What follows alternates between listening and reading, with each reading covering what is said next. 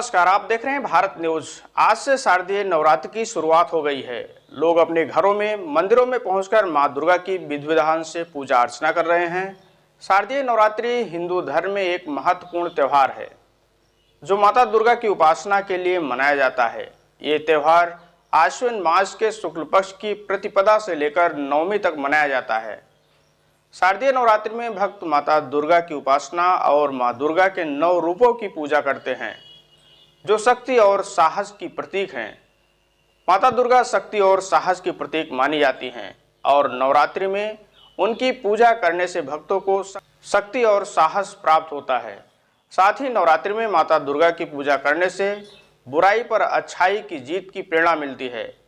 नवरात्रि में उपवास और ध्यान करने से आत्मशुद्धि और आत्मज्ञान, समृद्धि और सुख प्राप्त होता है।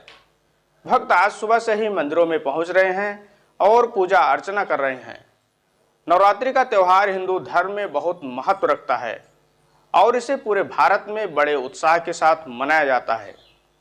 आइए आपको दिखाते हैं भक्त किस तरह से मंदिरों में पहुंच रहे हैं और मां दुर्गा की पूजा अर्चना कर रहे हैं। आज से शारदीय नवरात्रि का शुभारंभ हो गया है। इस बार शारदीय नवरात्रि 3 अक्टूबर से लेकर 11 अक्टूबर तक रहेगा। आज प्रतिपदा तिथि पर घट स्थापना के साथ ही नवरात्रि का महापर्व शुरू हो गया है। नवरात्रि के पहले दिन घट स्थापना का विशेष महत्व बताया गया है।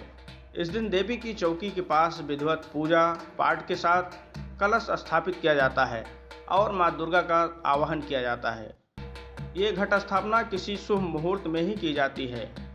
नवरात्रि वर्ष में 4 बार पड़ती है, माघ, चैत्र, आषाढ़ और आश्विन। नवरात्रि से वातावरण के तमस का अंत होता है और सात्विकता की शुरुआत होती है। मन में उल्लास, उमंग और उत्साह की वृद्धि होती है। दुनिया में सारी शक्ति नारी या स्त्री स्वरूप के पास ही है, इसलिए इसमें देवी की उपासना की जाती है। नवरात्रि के 9 दिनों में देवी के अलग अलग स्वरूपों की उपासना की जाती है।